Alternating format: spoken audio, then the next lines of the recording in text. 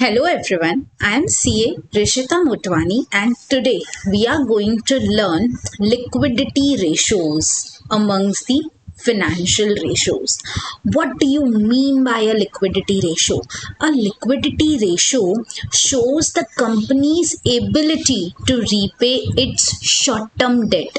So basically, it is the safety margin kept by the company while it has to repay its short-term current liabilities. And how do we calculate that? We calculate that with the help of current ratio, quick ratio, and operating cash flow ratio, as well as cash ratio and other ratios. So it when you get the answer is not in percentage, the answer is in times. That means how many times the company is having more than what it has to repay. So suppose I am saying the current ratio is 2. That means the company is having twice the capacity to repay. That is, the company is having the assets of 2 lakhs and it has to repay just 1 lakh. So the company has twice the amount of money it has to repay, right? So when you get the answer below 1, what does that mean? When you get the answer below 1, that means that that the company does not has the ability to pay. It would face liquidity issues at the time of repaying. But if the answer is above 1, that means the company has a better standing in order to meet its liabilities. Fair. So let's begin with understanding what is current ratio. Current ratio is basically calculated by dividing current assets with current liabilities. What are current assets? Current assets are any assets which changes in a span of 1 year. So suppose I am saying, okay, let's take this laptop. What is this laptop? This laptop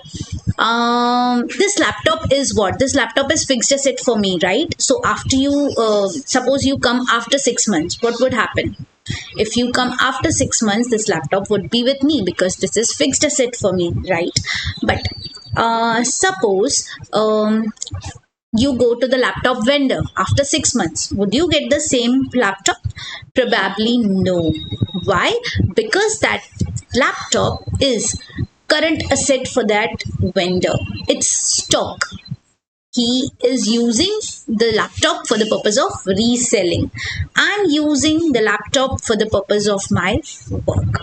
So current assets, definitely a company. What would happen in an organization, in an entity? What would happen?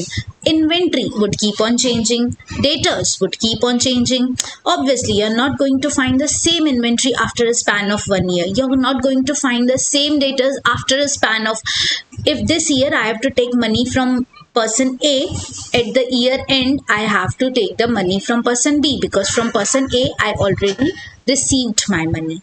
It's not going to carry forward till 1 year or more. So current assets and current liabilities changes in less than 1 year of span of time. And so what do you mean by current assets? Basically all those assets, the main assets covered under current assets are data, inventories, cash and cash equivalents, and all the short-term investments and the prepaid expenses. In current liabilities, we have creditors, outstanding expenses, which are generally repaid in a span of 2 to 4 months here and there, and all the short-term debts, like the working capital debt which the company has took for a very short period of time, that is for less than 1 year. Yeah. So let's suppose current assets is 7 lakhs or 7,000. Current liabilities is 5,000. So the ratio I will get is 1.4. What does this ratio mean? Right. Interpretation is very important. application of the ratio or any formula is very, very important, not just learning the formula. So the application, the interpretation is that the organization is having 1.4 times the money of what it has to repay. So when you get the answer 1.4, that means the company is having 1.4 times the money, that is more than 1. So when you get the answer more than 1, that means the company is comparatively stable and has comparatively liquid assets to repay its liabilities. So here you cannot say higher the better. Why? Because there is a possibility. So here the moderate the better would work. The ideal seems to be 2:1. That is, you have twice the amount of assets of your liabilities. Twice the amount of current assets of your current liabilities. To be very specific. That means you are the company is very stable, because even if someone defaults, the company still has twice the amount, right? When I say 1:2, that means company has the asset of 1 lakh, but it has to repay 2 lakh. That means the ratio would come to 0.5. That means anything less than 1. So when you get anything less than 1, that means what? The company is going to face liquidity issues to meet its liabilities. The company is not having as much money as much it is having its liabilities. The company is not having as much assets as much as it is having its liabilities. What about 1:1? So 1:1 will be very cut to cut. The company is having the exact amount of funds, but what would happen in 1:1? If someone defaulted in current assets, the company would default to its payment. So what about 3:1, 4:1? Do you feel it is better? Do you feel higher the better? No, because suppose, for example, I am saying, okay, there are two companies. This is having debtors 4. This is having debtors, let's say 1. Okay, this is having debtors 4. This is having debtors 1, and both are making sales of 10 lakhs. What would you say? Which company is better, A or B? What would you think? A is better or B is better?